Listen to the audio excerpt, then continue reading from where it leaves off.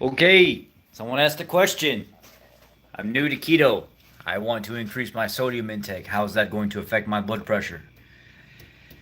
Sodium doesn't directly affect your blood pressure like that. It's the kinds of things that you add in with it, like refined sugars and carbs that couple with hydration, sodium, retaining electrolytes, things of that nature.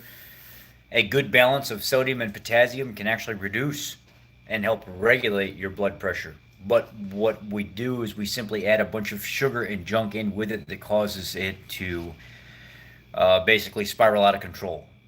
When you go on a ketogenic diet, if you're a person that's going to want to start adding salt into your diet, what I would recommend is doing it slowly. If you're used to having about 1,000 to 1,200, 1,400 milligrams of sodium, you're going to want to kind of back away from some of that momentarily, and just not back away from it. I can't say that. What I'm trying to say is because you're reducing the sugar and carbs, you're going to want to slowly increase your amounts. If you're used to just a little bit of an amount, you're going to want to add a little bit in more each week and kind of gauge and see where things are at. But with you reducing sugar and carbohydrates, you should not have that issue with blood pressure as much. Again, I said should.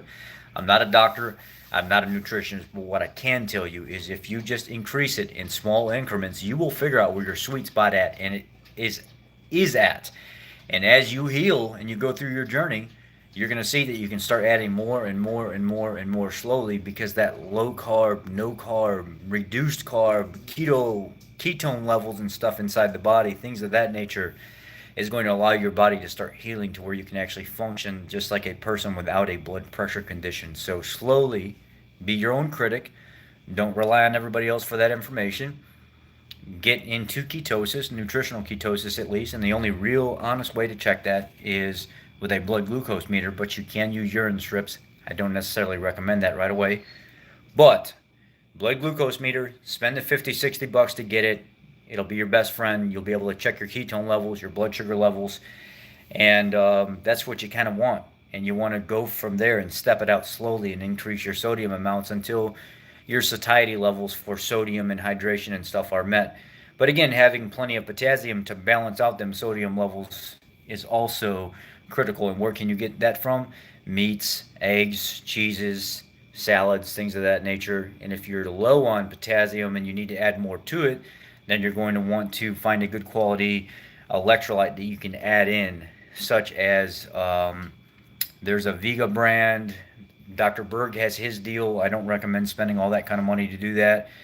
You can actually go make your own with a good quality pink Himalayan salt and a no salt from the grocery store. You just mix it up yourself. There's a thing you can Google called Ketorade. There's a couple different recipes for that.